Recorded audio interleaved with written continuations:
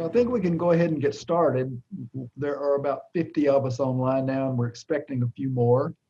So, and they can join us. But it's so great to see you all here.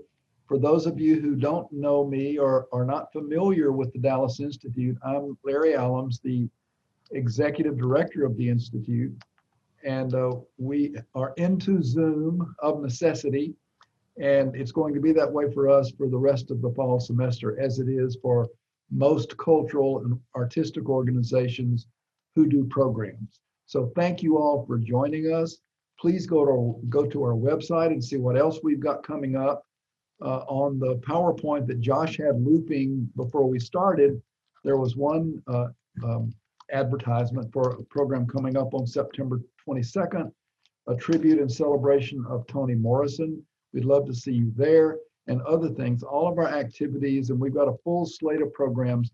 All of them are on our website and on our online catalog, which is there as well.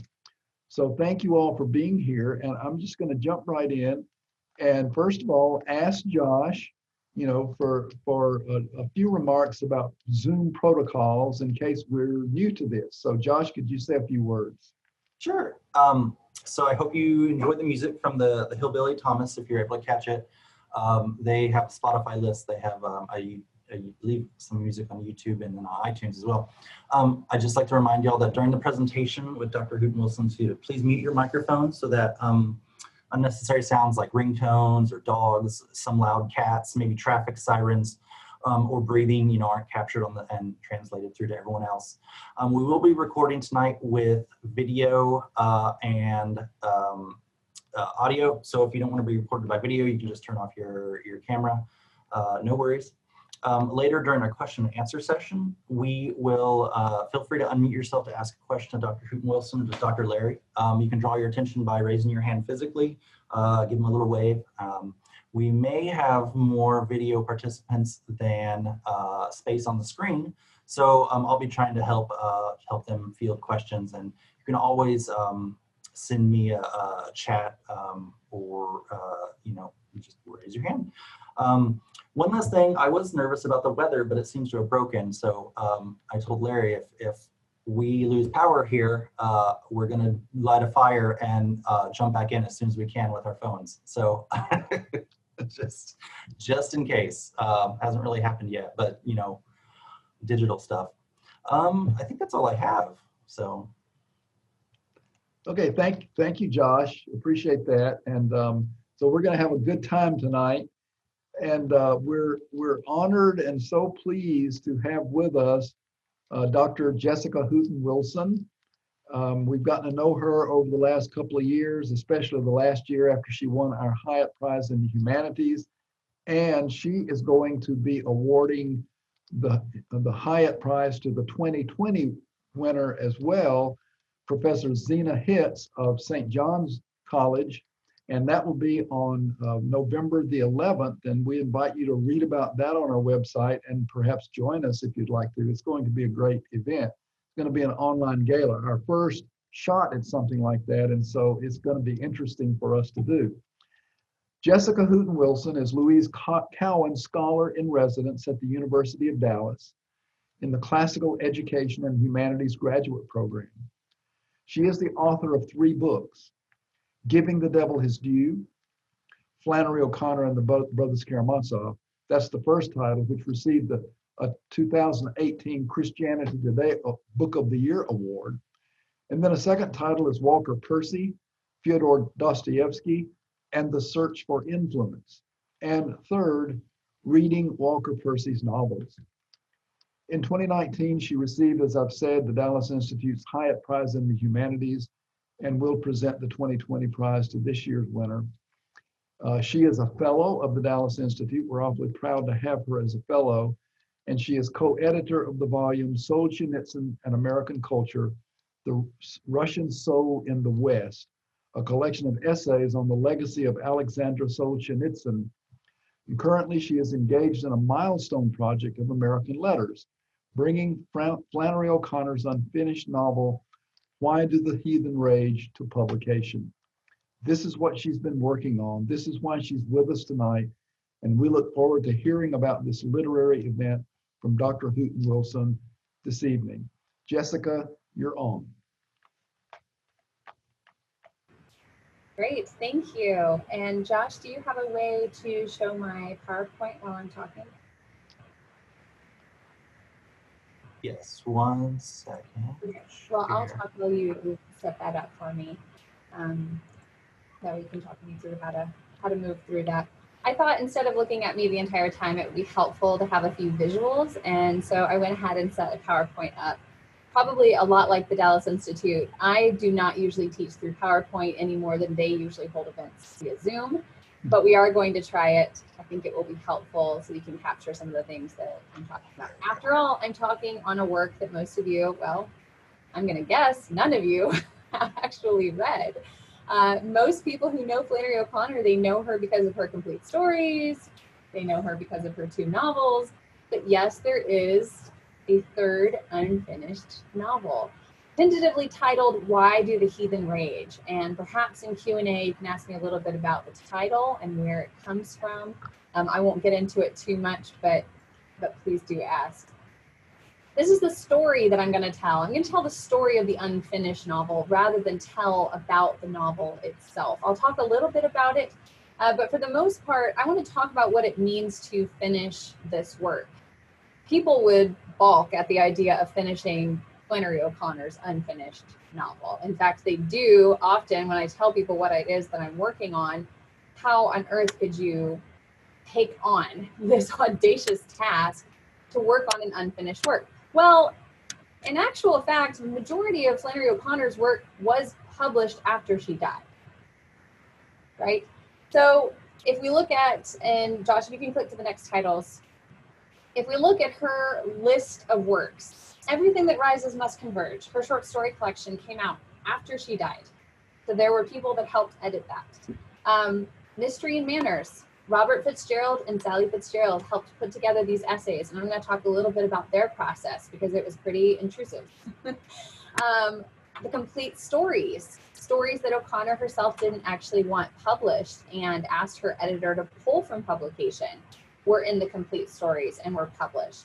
The Habit of Being, which was a combined effort really between Sally Fitzgerald and Regina, and of course we know a lot of those letters were censored and cut and changed. Conversations with Flannery O'Connor, her prayer journal, her book reviews, The Presence of Grace, her college journal, which she never intended to have published. So having died at 39, Flannery O'Connor really left us with a lot of material that we would have missed out on. We really wouldn't know Flannery the way we do had it not been for all of the posthumous material that has come out. And so we're really grateful for that. I'm kind of stepping in a tradition then of this unpublished work. So how did I get involved in this unpublished work? Josh, if you could switch the slides to the next one for me. Billy Sessions was really the instigator for this. So let me talk a little bit about Billy.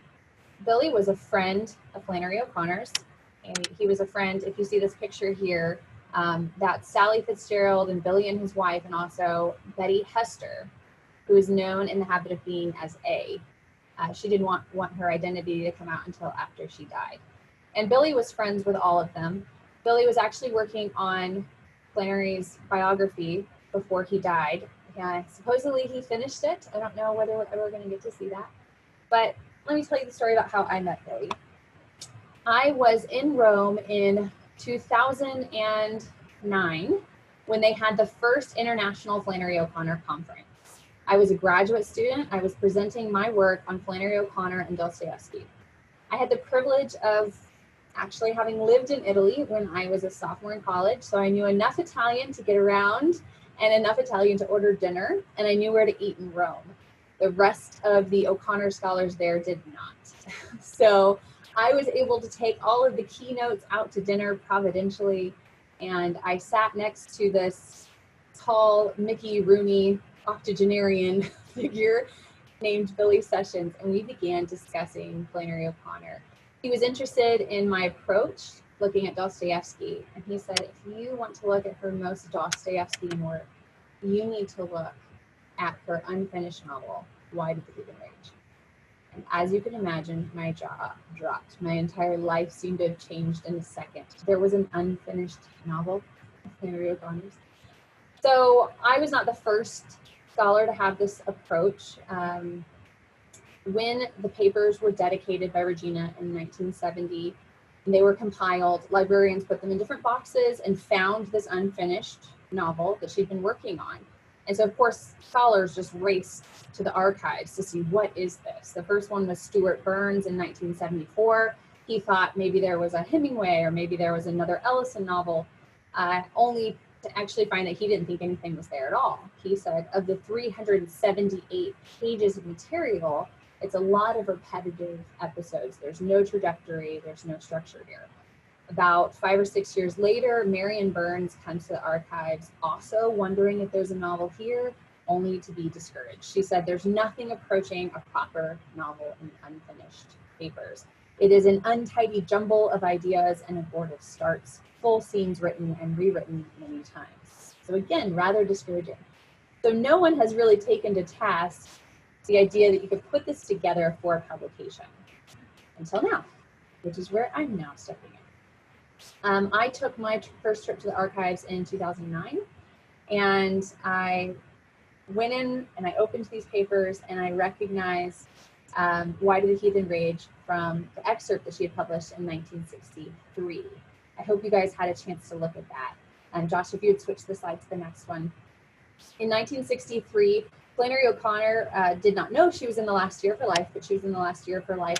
And Esquire asked if she had anything that she was working on in progress. So they didn't want any completed story. And she sent them the material from Why Did the Heathen Rage. She did admit it is going to be years before it's finished. She did not know that in the next 9 months she would pass away and would not be able to ever finish this work. So Why Did the Heathens Rage? Well, they misprinted the title. It was supposed to be Why Did the Heathen Rage, and they added an S to it. The story itself, the excerpt, doesn't look anything really like the rest of the material. In the manuscripts, it takes up approximately 8 pages, and you don't even see the main character, Oona Gibbs. In this excerpt, you have basically what feels like a normal Flannery O'Connor story. You have the farmer mother who thinks that everything is about work, and you have the young intellectual Walter Tilman who is too educated to be around his Southern family. The sister Mary Maud probably reminds you a lot of another character from Enduring Chill, Mary George. They have very similar, parallel, almost formulaic feel to it, like much of her work, right? A lot of people say that there's a formula to writing a Flannery O'Connor novel. You need someone with freakish character trait, and you need this overbearing mother, and you need someone who wants to kill her, and you see how this goes. In reality, there's more going on in this novel than what we've seen in earlier Flannery O'Connor work. And that's why I decided to start working on it. I think that what we see in this piece does not reveal what is in the whole. In the whole, we have something quite different from her earlier work, where she was actually trying for a new direction. And that's what I want to talk about. I think that if she had not passed when she did, the third novel in some ways would have changed our perception of Flannery O'Connor. Flannery O'Connor's novels do take a lot of time. So there is no real way of knowing that. I'm asserting it based on what we've seen, but of course it's questionable, it's debatable. If you look at the manuscripts of Wise Blood, she was in an MFA program, and then she kind of compiled it together and created a novel from those short stories. If you look at Violent Bear It Away, where she starts with an idea and takes it all the way through to completion, that novel took her 7 years of fits and starts, much like what Marion Burns said of Why Did the Heathen Rage, right? Abortive starts, tidy, jumble of ideas. So her work on this novel doesn't really look any different than her work on Violent Bear It Away. She was not struggling with this work any more than she was struggling with her earlier fiction. She actually uses the same phrases in her letters to describe her work on this novel that she had used when she was working on Violent Bear It Away. She said, "I'm like a squirrel on a treadmill. I can't get off." With Violent Bear It Away, she says the same thing when she's working on Why Did the Heathen Rage. I'm like a squirrel on a treadmill. Walter and I aren't going anywhere together, right? So she does have frustrations, but people often are looking at her frustrations in the last 2 years and assuming that it's completely different than the frustrations she had earlier, that maybe this, as in her words, just wasn't her material. I don't think so. I think what she's trying to do in this last unfinished piece did challenge her, but it challenged her in the same way that her earlier work challenged her. She was always trying to ask deeper questions. As she writes in her prayer journal, she was always trying to dig down deep underneath things to see what was really going on. And she's doing the same thing in this final piece. But the issues that she's addressing would have been new for her. She was addressing civil rights movement much more closely than she had been before. She tries to understand euthanasia in an episode between a mother and a daughter, something she had never really tackled before. She's trying to understand the relationships between Black and white characters in a way that she had not before. So I want to talk about what that looks like and whether or not she succeeded. But let me move to the next slide for me, if you don't mind. Let me pause and talk about the posthumous part of this and being intrusive into what authors have left behind. If you know anything about creating posthumous work, obviously you don't have the author. So how intrusive do you choose to be? On one level, you can take a scholarly approach and create a very accurate account of what the writer left behind. And because the author didn't complete it, what you essentially have is something that belongs in a Norton Critical Edition, and 100 libraries will buy it and no one will read it. Well, we know that Flannery O'Connor would not have intended that for her work, right?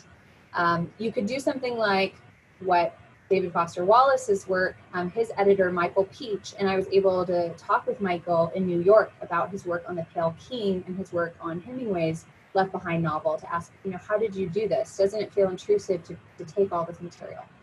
And Michael Peach was in a different situation than I'm in, because, and same with the editors of Ralph Ellison's Juneteenth, there was a ton of material left behind. So much so that you have this giant, The Pale King is 800 pages. They had plenty of choices they were able to make. I was left with 378 pages of repetitive scenes. So putting together that material into something that reads like O'Connor work. And we know that O'Connor was a revisionist. Every sentence mattered, every word mattered. She never, in some ways, you can take an O'Connor paragraph and you can pick it apart word by word, and there is meaning behind every word she chose. If you don't believe me, please go do that. And so she was never wanting extraneous material in her published fiction or nonfiction for that matter. When Robert Fitzgerald was actually working on Mystery and Manners, he said, I was right, the material was there, but it is not in a form that she would want to see published. This is what he writes about what we now know as Mystery and Manners. I must not only select for her, I must organize what she has left behind. I'm essentially taking scissors and using connective brackets. So he wasn't just publishing her essays like they were magically there. He created essays from all of her various talks and put them together so that we can read them as essays. So there is precedent for kind of there's lots of different layers, there's lots of different ways this could be done. But if we're going to have something that O'Connor would have wanted people to read, it's going to be more intrusive than the scholarly version, but we're not going to have the privilege of getting to do what Michael Peach did with The Pale King. So I just wanted to stop and say that for a second. Okay, let me talk about the novel itself. So if you want to move to the next slide for me. Why Did Heathen Rage? What was she working on, and how do we know what she was working on? We know she was still working on The Violent Buried Away up until 1961, right? And she doesn't have a history of ever working on 2 novels at one time. So some people believe she started writing the novel in 1960 because she does write this letter. I have a vague notion in my head about a novella or some such that I want to write, but it's all very vague. And I'll go into a little bit more about what that vague was, because she actually writes some episodes that were even mismarked in the archives that are part of Why Did the Heathen Rage, but they were mismarked as The Enduring Chill. And I'll talk about what that was in a second. But she really wanted to continue that story, possibly turn it into a novel. But she didn't start working on another novel, I don't believe, until 1962. I think there's evidence for this. She had just finished Violent Buried Away. She went on a circuit, essentially a book tour, in the spring of 1962, trying to publicize Violent Buried Away, and was speaking at a lot of different universities, also trying to pay some bills for her mother and her at the farm. And when Joel Wells, who was the editor of The Critic, asked her about her work on a new novel, she told him that she didn't have any new novel in progress. This is August 1962. However, by November of 1962, she tells Robert Giroux, her editor, that she's working on Why Did the Heathen Rage. So somewhere between the summer and the fall of 1962, she actually began to work on the vague novel idea that she had in 1960. If you look at this timeline, in the fall of 1962, she passes away in August of 1964. She does not continue working on Why Did the Heathen Rage after December of 1963. That means she had approximately, according to my calculations, between 15 and 18 months and no more to work on this material. If we know that Wise Blood took her 5 years, Violent Buried Away took her 7 years, you can only imagine the number of more years she needed to make this material what she actually wanted it to be. And so we don't have the privilege of seeing that. Instead, what we get to do is we get to look at the burgeoning of a novel. What ideas were central for her? And based on what we've seen, how she works in the past, what do we think these would have become? Right? How would they have borne fruit? And that's all we can really do is kind of conjecture and kind of move forward in that process a little bit. And I'll talk about, that sounds very subjective, but there were a lot of hints. So let me talk about what those hints were. One of the hints was the enduring chill. So over the course of 1960, she had just written The Enduring Chill. She published it in 1957 about Asbury. If you're not familiar with the novel, Asbury comes home to his small town. He's been living in New York, and he's an artist, and he now knows he's sick. You hear the autobiographical connections between him and Flannery. And he comes home and thinks he's going to die. She wants to write a sequel to that. That short story ends with the Holy Spirit descending upon Asbury. And so what she writes is that she wants to show what happens after the Holy Spirit descends. Anyone familiar with Flannery O'Connor knows that that's not what she normally does.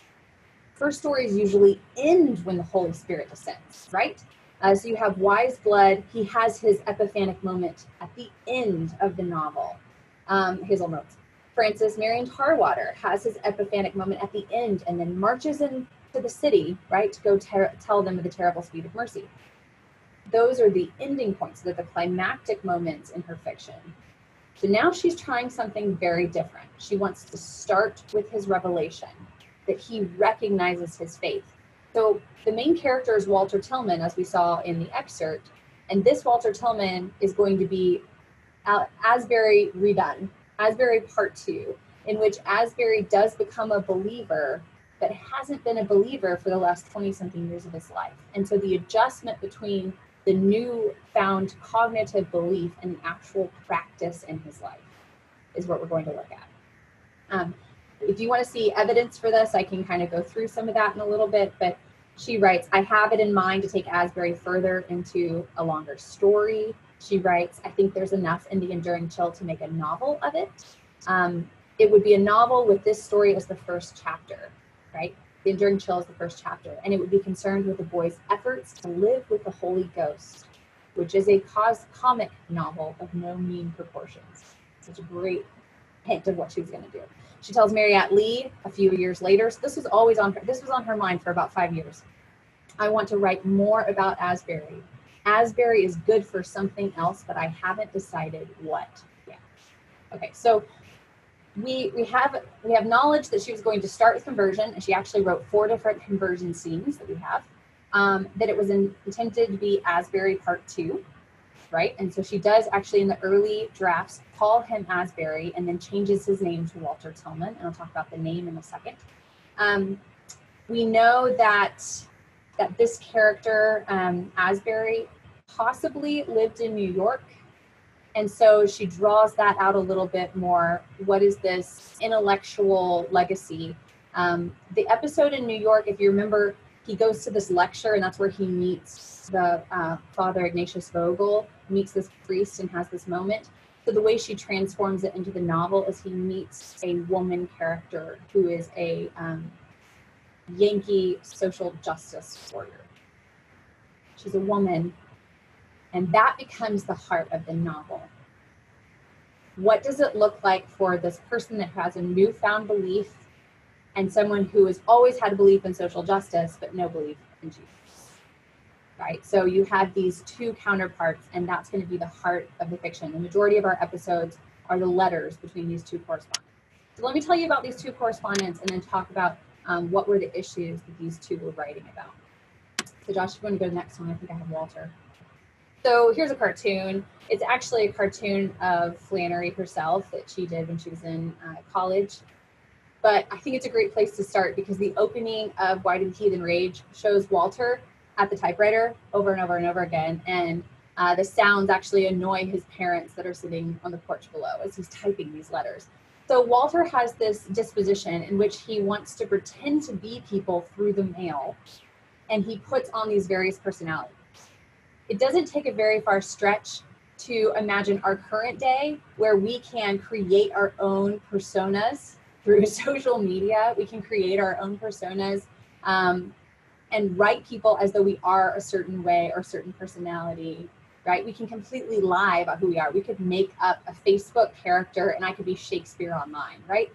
And this is what he's doing in 1962 to 1963, is he actually writes people and puts on these personas. So he tries to write the President of the United States. He writes this woman who wants to be a poet, who's really bad at it and tells her how wonderful she is.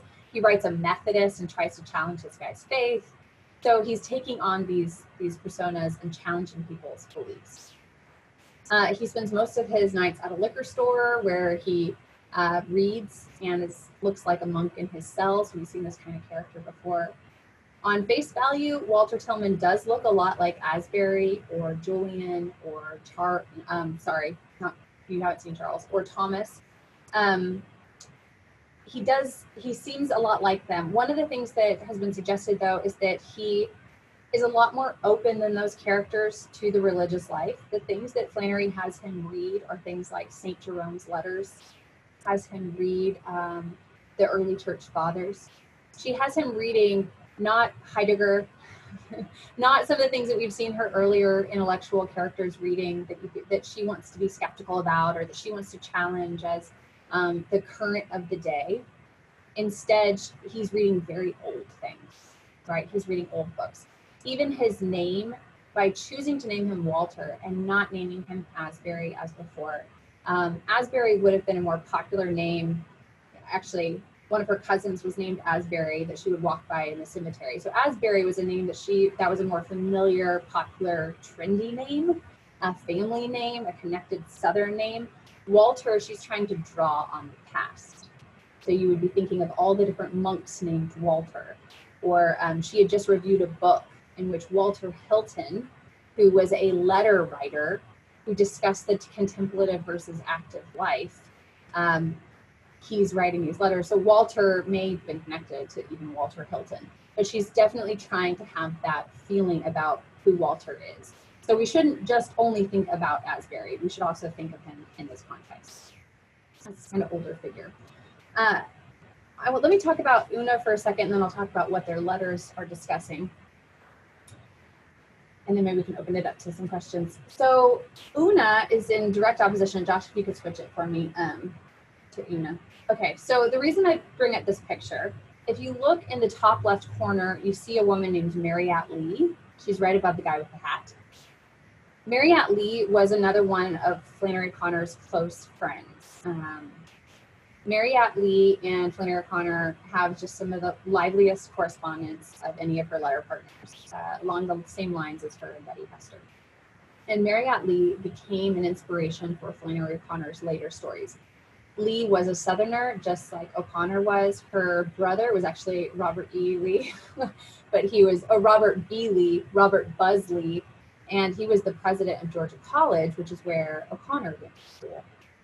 So Lee came back quite a bit to Milledgeville, but was living in New York and considered herself an activist. And she was especially a civil rights activist, and she was a playwright. She was an artist. So she had a lot of commonality with Asbury.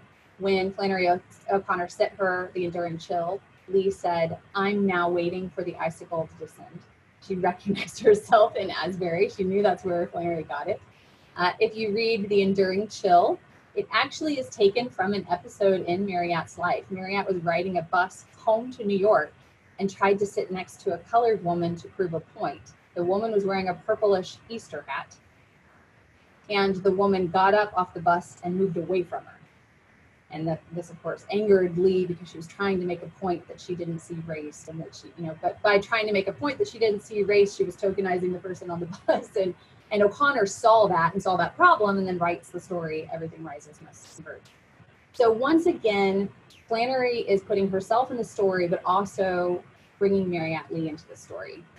The character of Oona Gibbs is largely based on Marriott Lee. And the correspondence between O'Connor and Lee then shows a lot of parallels between Oona and Walter. And some of the lines in the letters that she's writing as fiction correspond almost directly to the letters that Lee wrote to O'Connor. Things like Lee said, "I'm just waiting to burst through the ceiling of everything that's confined me." And in the letters, you have Oona Gibbs saying, "I've broken through the ceiling," right? So there's a lot of parallels. She's drawing this character. But I think this is one of the reasons we can't read her portrayal of this activist character cynically. This was a good friend of hers. So O'Connor is trying to deal with the practical and theological side of things like the civil rights movement, being so saturated and surrounded by Southerners. And Lee gives her a way of actually having a dialogue about these things that she doesn't have answers for. So I don't think it's a cynical approach. I think the Walter-Oona relationship is a way for O'Connor to kind of practice out different ideas. One of the things that makes this really interesting, so we'll switch to the next slide. Their letters are about a few things that are going on that appear in this final novel that are just really fascinating. At the same time that O'Connor is writing this, of course, you have the civil rights movement. I mean, the huge things happening. She dies 64. I mean, Johnson signs the Civil Rights Act only a month before she dies, right? So she's really at the kind of the beginning of the movement. And I'll talk about that. I'm getting ahead of myself. I'll talk about that in a second. It's really exciting. But as she starts writing this, right nearby, less than 80 minutes from her, is Koinonia Farm. So it's more of a local controversy than a national one. Koinonia Farm was founded by Clarence Jordan, and it was an integrationist farm community, and it was founded on friendship. This is a newer sign, talking about being founded in 1942. The old sign actually showed black and white hands holding each other, and that appears in the novel as an image of the farm that Oona Gibbs founds, called Fellowship Incorporated. Koinonia means fellowship. So O'Connor is addressing the local move towards integration directly in her fiction and trying to understand it. What we see in her letters is that she was very hesitant to embrace it on a practical level. She had her friends, Father McCowan, Tom and Louise Gossett. They would invite her to go visit Koinonia with them. So she knows about Koinonia. She knows very much what things are happening there, and she does not feel comfortable to go into that setting. She's antsy about things changing. Just to be honest, she's antsy about things changing. She doesn't know exactly what this means, and she's investigating it. If we look at her last few short stories, we really get to see this. Earlier in her work, like you read A Good Man is Hard to Find, everybody dies, right? Everybody dies. if you look at Everything Rises Must Converge, when she starts addressing some of these deep issues about civil rights, Everything Rises Must Converge, the actual title story is addressing this. And people, yes, the mother has a stroke, but the son is supposed to be learning from this, and he lives after his moment of epiphany. Parker's back, right? Revelation, she gets confronted with her own prejudice. So O'Connor, the prejudice is on the front of O'Connor's mind, and she's not endorsing it, she's trying to get down under it. What a lot of people lament in O'Connor's work is that it's not at the forefront of her fiction. What we have to remember is that she never would have written something that was just straight propaganda, right? She is not ever trying to just share a message. She was very much against that. One of her hesitations with a lot of these groups is that she was nervous about messages that did not get deep down under where God was. And that was always her goal. So if we look at her story, Everything Rises Must Converge, about the boycotts, the bus boycotts, when were the bus boycotts? They were 5 years before that story. It took her 5 years to meditate on things, to write a story that she thought worthy of addressing the issue that would be universal, that would be lasting, that would not be, so for example, she condemned Eudora Welty for writing Where's the Voice Coming From?, the piece that was in response to the murder of Medgar Evers, because she said she just wrote it out there and it was propaganda. It was only addressing that moment. It didn't have the complexity of seeing both sides. It didn't show human beings as being in process and both capable of good and evil. She wanted all of that always in her fiction. So if we think about what's happening right there in 1963, we have some of the most demonstrations. If I can just look at the numbers for a second, I don't want to get the numbers wrong. According to the Justice Department records, in 1963, 978 demonstrations in 109 cities with 2,000 arrests and 4 deaths. All in 1963. So if we can imagine how this would have played out in her work, she needed time to meditate on these things in order to write them well. So that's not necessarily excusing how much she does not write about it or how she doesn't write about it well, or especially in her own letters. We can talk about some of that. She doesn't address these things maybe the way that we would have wanted her to, right? In some ways, we have to kind of go back in time. We have to be the time travelers and walk backwards and put ourselves in her place and see what she was working on, which has been my job for a little while. In the fall of 1963, O'Connor defends her choice to do this, defends her choice to not write speeches on behalf of African Americans, to not publish an essay in the newspaper about this issue. She said she is a fiction writer. The fiction writer is interested in individuals, not races. He knows that good and evil are not apportioned along racial lines. And when he deals with topic matters, if he's any good, he sees the long run through the short run. And I think that's what she was trying to do in this last novel. What, of course, the reporter didn't know was that she was not avoiding the issue, that she was meditating on it and actually trying to do justice to it in a way that would be the long run and not just the short run. I think that we can see this last story, O'Connor has a lot of blind spots. She does not portray the minds of the Black characters in this work. She does represent Black characters. Alice Walker has said that she at least does Black people the justice of not trying to see through their eyes and not trying to impose her thoughts on them, but we don't get to hear their perspective. She does not imagine that she's writing for Black readers.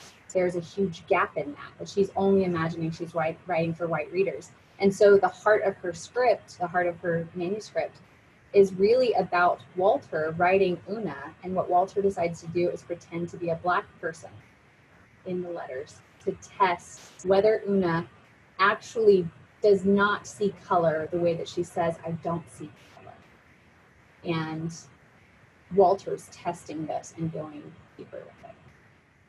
So hopefully we can get into that a little bit more. But let me just end with this thought. Let me end with the words of Benny Andrews, who I think, if Josh, if you'll go to the last slide, I think this is a beautiful way to end. Benny Andrews, after O'Connor died, he actually illustrated Everything That Rises Must Converge. And rather than seeing O'Connor's failure here, he actually saw a lot of benefit in her work and saw that what he says, it was open-ended. that it left more to be said, more to be discovered in her stories.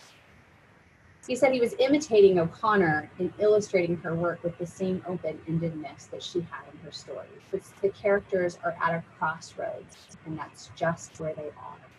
It's up to the reader then of the story, Andrews writes, and the viewer of my artwork, to look at the two Southerners, black and white, and wonder, and hopefully wonder more.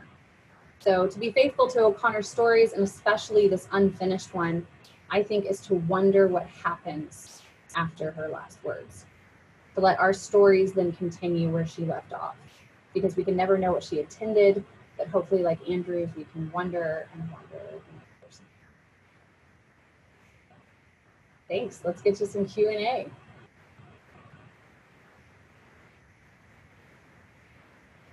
And thanks for manning that, Josh, for me. Thank you, Jessica, for that presentation. And so we're going to go into the Q&A, everyone. So don't be shy. Come and ask Jessica your questions. Have your comments ready. And Josh and I are going to kind of help by overseeing and facilitating. So we're going to be looking at everybody's hands. As Josh says, raise your hand or use the chat key for both. So let's just jump into this. Anyone?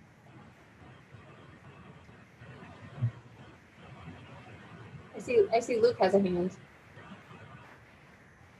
Yeah, I was just curious if Father Ignatius makes a reappearance in the actual novel, because he was in very briefly in like a flashback kind of section in the short story. So I was just curious if he has any more play within the broader novel itself.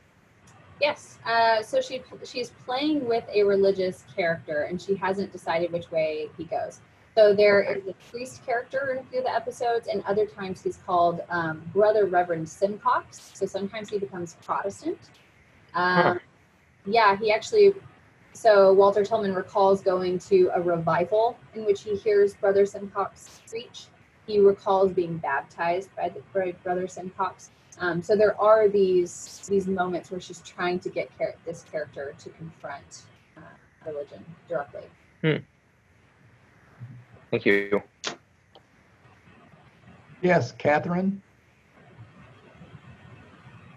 Unmute. Got it. Okay. Yes. Okay. Hi, Jessica.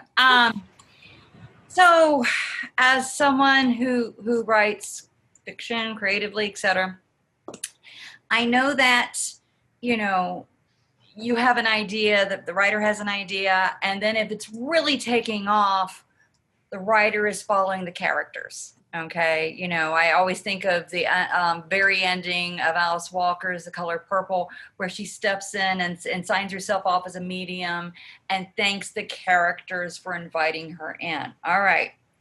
That's normally what happens, but you're taking all this material by this other person. And so are you open to an ending? Is the ending already there? Are you having to write? I mean, that's really a burden, and I'm wondering how you're dealing with that. Also, I'm wondering, do you write fiction on your own? Yes, I do write fiction on my own, and I also, I've been more intentional about publishing poetry than I have been about publishing my short fiction, but I do publish fiction as well. So what I decided, so I'm on draft 3, and everything I say could also be overturned by the estate after they see draft 3. Yeah. So, I mean, so everything I say, none of this is like set in stone. We're going through the process. The first process was very scholarly, and I think that had to be the case so that I knew every T and I and comma where she had put it and got all that right with the material. The second edition, I just finished her novel, and Ferris, Strauss, and Giroux read it and said, "This is fantastic. It's not Flannery O'Connor." I mean, she was only 30% of the novel. So who knows if they will eventually ever let me just publish that as my novel with 30% of it drawn from Flannery, right? Like a novel inspired by Flannery. But at the time, we're moving past that draft, and I've gone into the third draft. The third draft is essentially the story of her novel, and I've been working with another editor compile it, like he's trying to help me structure that well. But essentially it's been back and forth between her work and then what was going on around her. Her work, what was she reading? Her work, what, right? So I've been trying to depict Mariette Lee and how that would have resonated into these episodes. And so that's how I've filled it in as much as I have, without intruding upon what she left behind. So I created her scenes tightly the way that she has them, and then shown the missing pieces from her own life. So it all, just one question. So this all kind of Louise has to approve. Yeah, essentially yes. So, but I try to go through other editors first. So it's currently like in the hands of a Penguin editor right now, and he has just been really fantastic. He loves it. He's been this third draft has had the best feedback so far from the editors that are supposed to see it, and so I'm feeling hopeful about this. I really am feeling hopeful about this one. The editor is really excited about this draft, and that's the first time the editor's been even excited about the draft. So so it's really good news, actually, after 5 years. I'm sure I still have another year of work on it, but it's good. Russell? Hi, Jessica. Hi. Through all the work that you've done on Flannery O'Connor, you must have some opinions about her and her intensity and her personality in general. I know this is subjective, but if she were alive today, how do you see her addressing the current environment we're involved in? Do you see her as a protester or organizing in the protesting, or just addressing the issues in her writing? Just a kind of an idea of what you feel about her personality. Yeah. Well, I can only draw on the way that she had changed between 1957 to 1964, that she had changed so much from the things that she was going through in the 1950s. And I think part of it was writing this work, that she was a lot more open to things that she had not been open to in the 50s. And so at least that openness gives me hope about where she would be. I can only speak to where I am because I've read her. And having been raised myself in the South and raised with parents in the South and grandparents in the South and a whole tradition that is very familiar. My parents met 45 minutes away from Flannery's house. So her world was the world that I was used to. But I wouldn't be able to see that world the way I see it had I not read her fiction. And so she opened my eyes to a lot of that. And I think that her eyes were being opened as much as she was trying to open her reader's eyes. So I think that one of the best approaches we can take to what's going on right now is to be reading her fiction. I think it cures a lot of our own biases. I think it humbles us, right? I think if anything, this culture needs humility more than it needs anything else. And so it's probably a good starting point to read her work even more than maybe trying to guess how she would respond to in 2020. Okay, thanks. Appreciate it. Carol? Hi, actually, I'm Carol's daughter, Natalie. We're both here, but thank you. Thank you so much, Jessica. This has really been, fascinating to listen to. And I first heard you speak and heard about the possibility of the third novel at Loyola Chicago at one of the O'Connor conferences. And so what fascinated me then, and again, listening to you, is this idea that in her novels, O'Connor has, the preacher in Wise Blood and the prophet in The Violent Buried Away. And now you make reference to Walter as a monk. And so I have this question about, vocation in Flannery O'Connor and what was, motivating her, inspiring her, and why, her main characters, have these roles, if you could speak to that. Thank you. Sure. So one of the reasons that Flannery often wrote about Protestant zealots versus Catholic zealots is because Catholic zealots join convents and monasteries and we don't hear from them again. That's her thought. And so from her perspective, she could actually write about what she believed to be honest, lived out faith, which would look foolish and extreme, by writing about these Protestant characters that went out and became prophets and became, she was obsessed with Ezekiel. You should see the copy of her Bible. She loved the prophets that were performing God's call in front of everyone else. That kind of holy foolishness that we find in Dostoevsky, she wanted to see in her own time and in her own place. That we could be most transformed by getting to hear from Ezekiel again, by getting to hear from Jeremiah, by listening to them. And of course, just like Jeremiah, who's constantly lamenting that we are deaf, right? We have ears and cannot hear, and we have eyes and cannot see.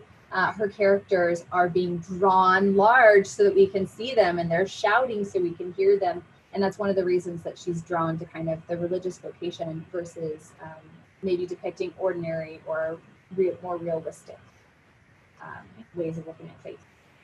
Thank you. Baynard Cowan. Baynard, did you have you're muted. There you go. Hi. Hi, Jessica. How exciting. I'm very, very excited about all of this. I've got one naive question, like a naive reader, which I am. Anytime I'm reading something to start, for the first time, and especially as something that hasn't been written yet. And then I have maybe a literary comment. But the first one is just this. So the way it's going to look when I put it in my hand is a continuous narrative. Is that right? Are you not going to do any intrusions as an editor?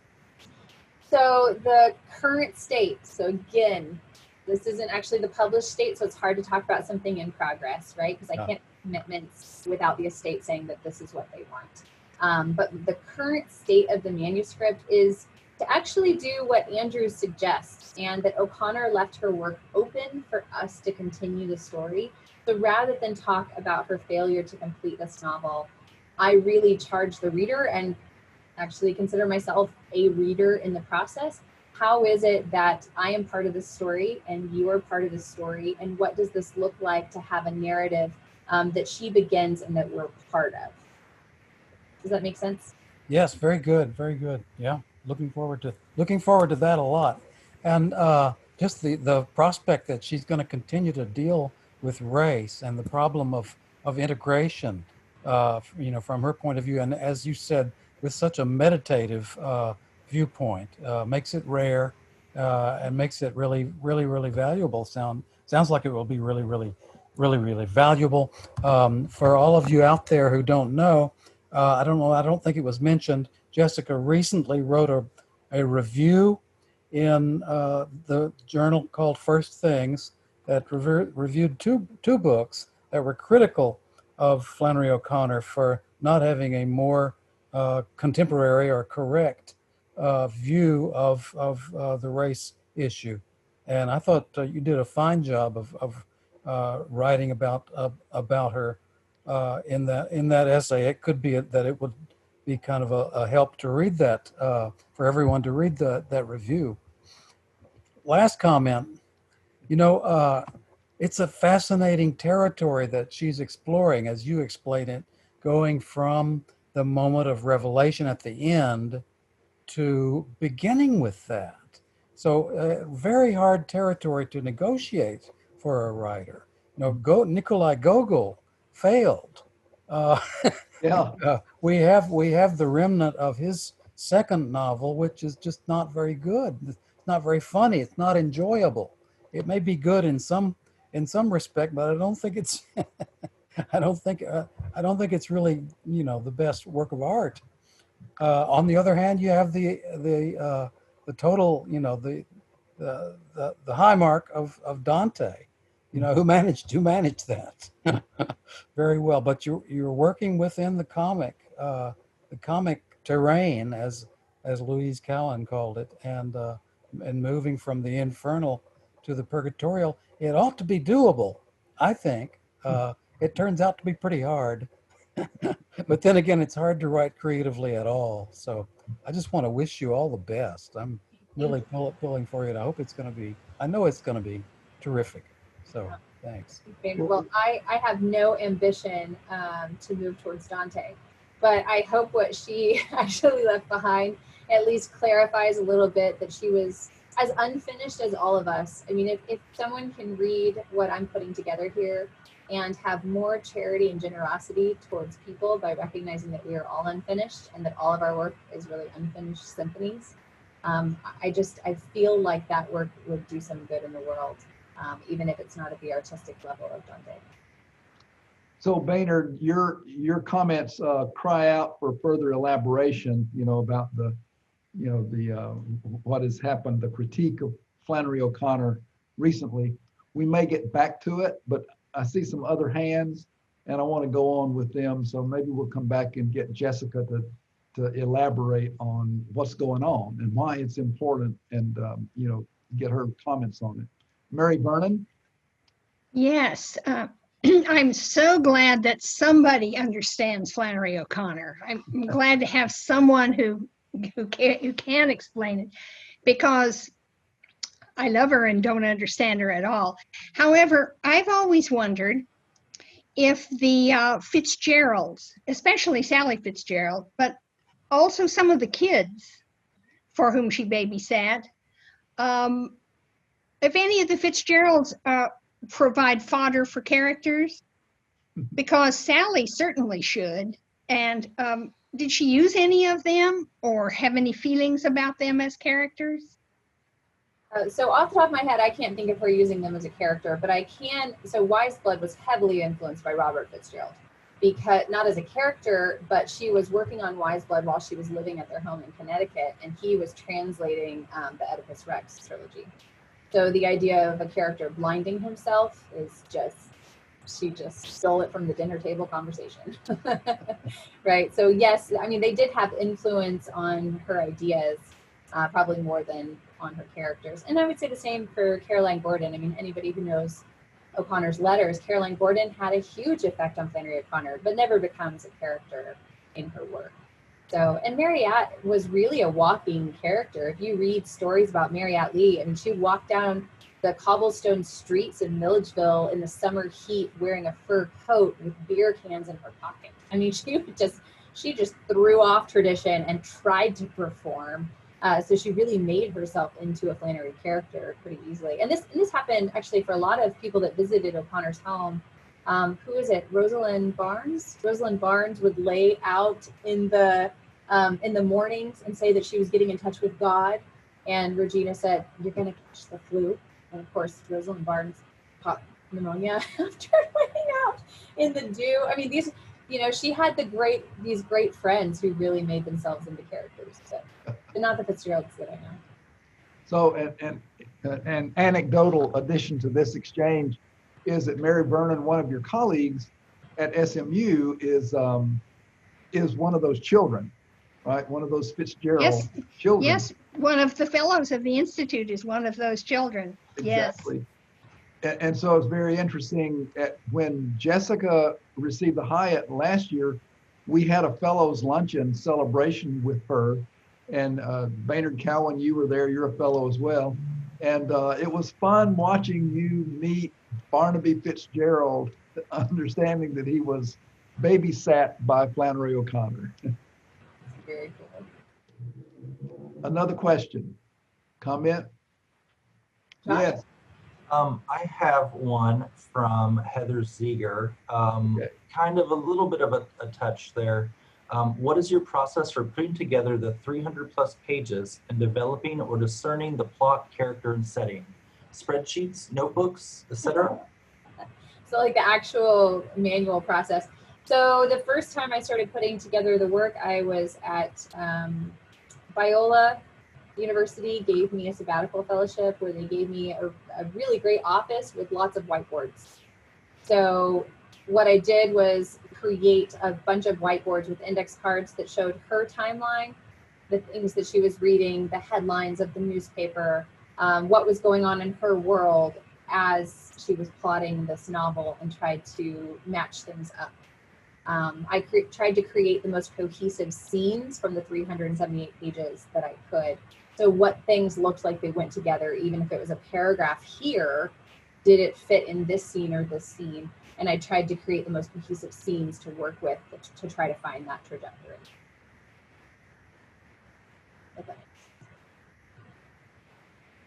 So it's been a process. It took me I visited the manuscripts first time in 2009 in December. It took me a year of just reading them, and then I went back a year later and spent 3 months transcribing them, because you can't take anything with you from the archives. You can't take pictures, you can't copy anything. So I had to write them out myself. So, and I had to write every time that she changed a comma and every time she changed a word. And, I wanted to make sure I documented everything without having a camera with me. So it was a lot of that to kind of see what it is that she would change. And if you don't know this about O'Connor, so she typed everything, but she would go and edit by hand after she typed her material out. And so there were lots of edits, but sometimes you'd have the same page. She would start and just write the same page if she couldn't think of anything new to add. So that's why you have so many pages of her material. That was part of her process, is she would rewrite what she had done the day before to get back into the mindset of things. But she always wrote at the same time every day, whether a new thought was coming to her or not. So, good question. Looks like we have one from Helena Tomko. Hi, that was just also fantastic. I'm really excited for this coming out. So my question is about sort of history of the Catholic novel and this new novel's and the manuscript of it, its place in the history of the Catholic novel.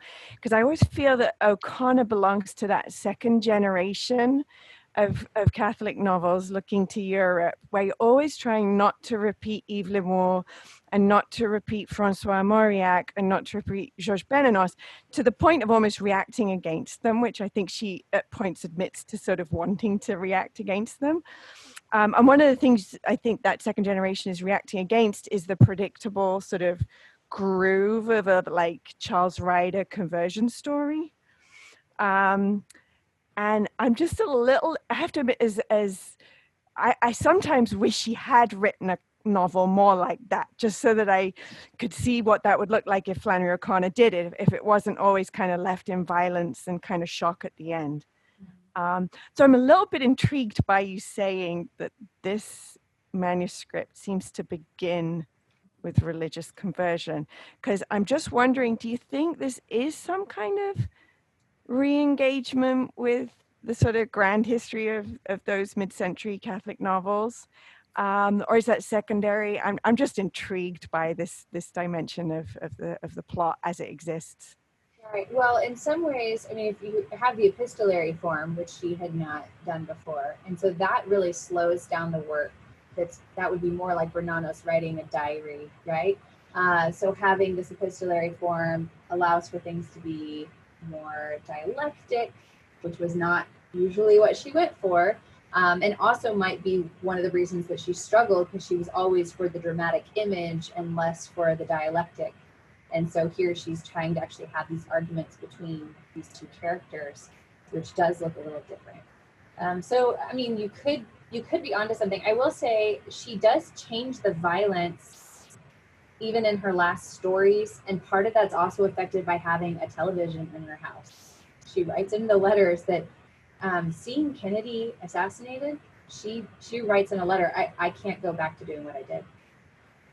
Because suddenly we have that level of shock in the living room with someone, that changes the way you even read A Good Man Is Hard to Find, right? And so it's just not going to have the same effect. So Revelation, that's why you should, if you compare Revelation to A Good Man Is Hard to Find, they're so different.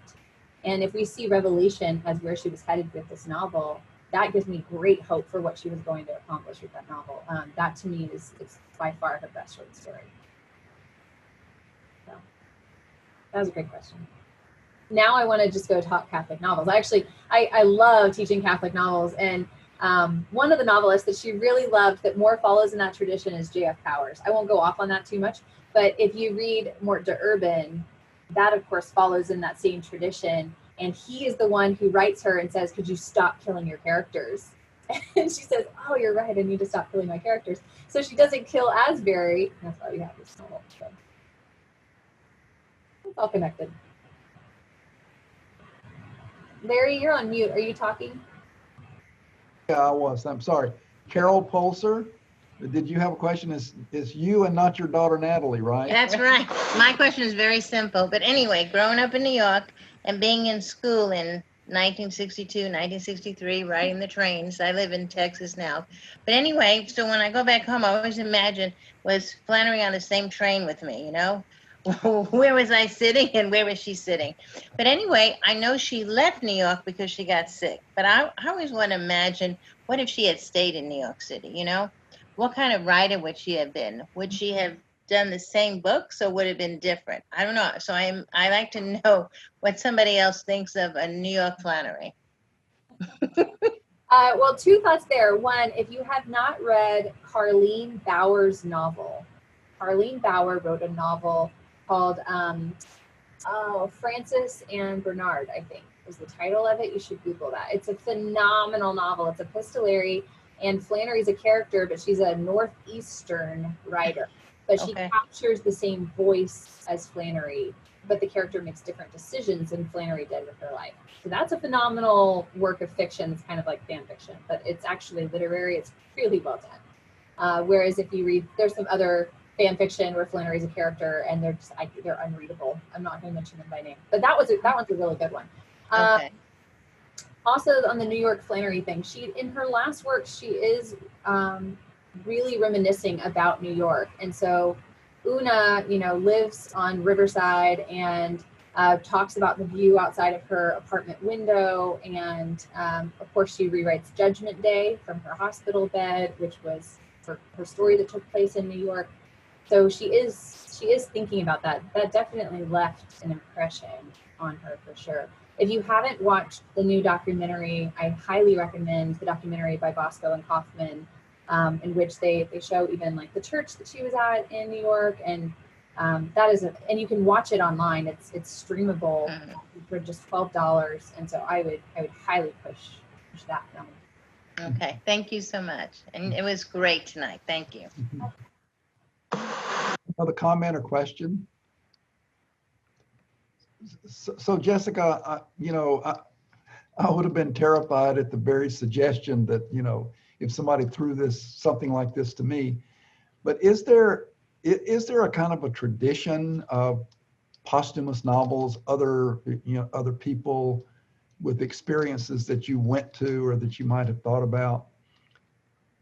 Yeah, I immediately, actually, rather immediately, about 2 years into the process, I went and met with Michael Beach in New York and discussed, how did you do this for Hemingway and David Foster Wallace? Because I have no idea what I'm doing. And he was immensely helpful. I mean, I think I just took notes on everything that he said, as far as, really getting yourself out of the way as much as possible, being faithful to the work, getting as much of it into the eyes of the readers to let them judge and let them assess. So yes, I turn to people who have done this before.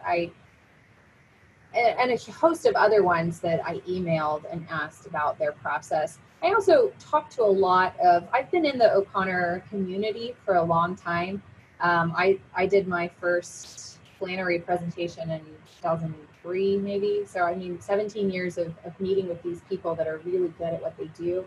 And so I talked to a lot of O'Connor scholars that I highly admire and respect about the novel and what they would want to see done with it, right? And of course, they're across the spectrum, so you can't please everyone, and someone's going to attack. And I don't really have a fear about that. I'm trying to serve Flannery, so at the end of the day, she's the only opinion I care about, and I won't get to hear it until way after I'm gone. So I'm just going to be as faithful as I can to what she left behind.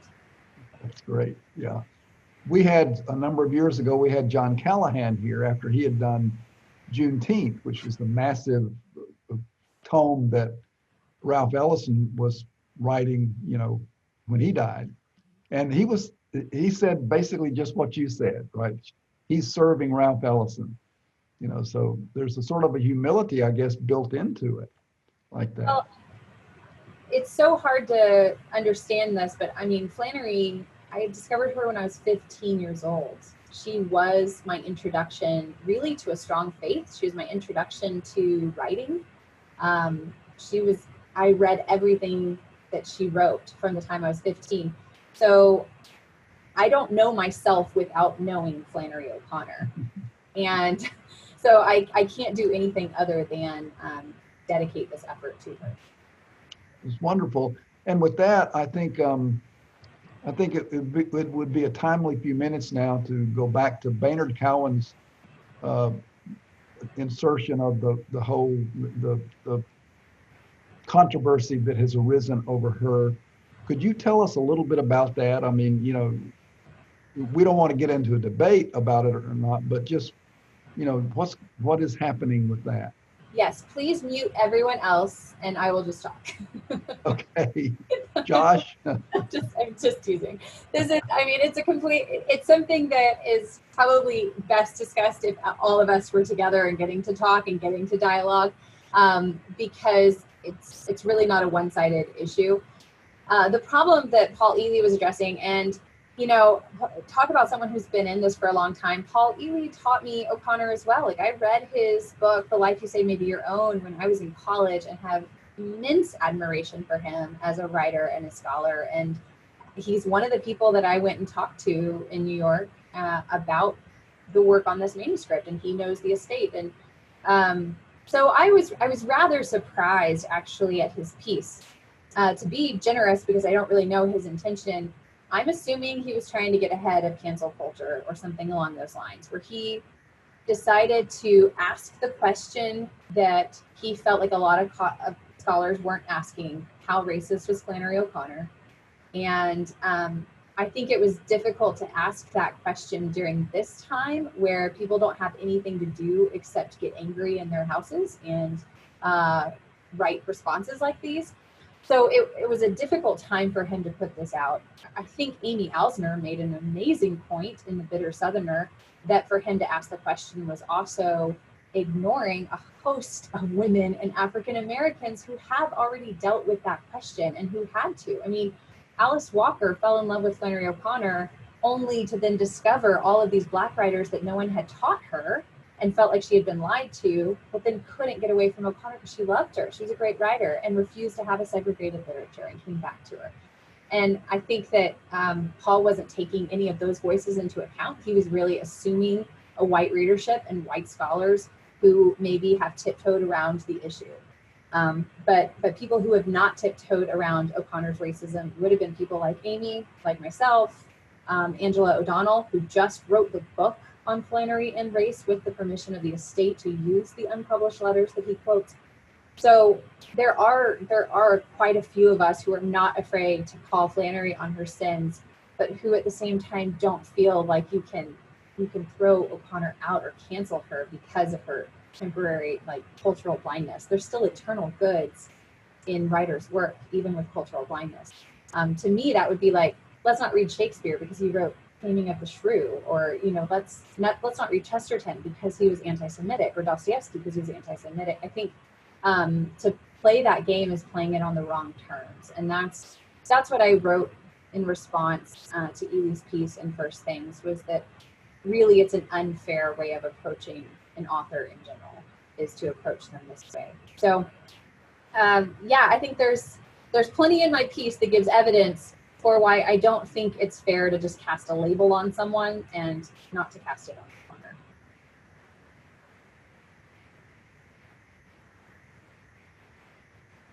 Larry, you're still muted. Yeah, I'm sorry. The worst and ultimate consequence of that is that you quit reading Flannery O'Connor, right? You quit reading her stories and her novels. And that's a tremendous loss, because they are, as you said tonight, searching into questions of race and culture. Yeah, and what I mentioned earlier was that all of us kind of need more humility in our lives. The minute you start casting labels, you are looking outside of yourself and not looking at yourself. And to really start understanding questions about race, you have to be first willing to say, when have I participated in racism? When have I acted racist? I think that's a more helpful conversation than to cast a person as though they are a finished product and call them racist. Yeah. But to admit that this is kind of a shared thing that we either fight against or deny and just allow the take. And of course, she's not the only one to whom it's happening. The recent book on William Faulkner, The Saddest Words, is coming in for that same kind of treatment. So. Yeah, there's a, so I'm about to review this book for Forma Journal.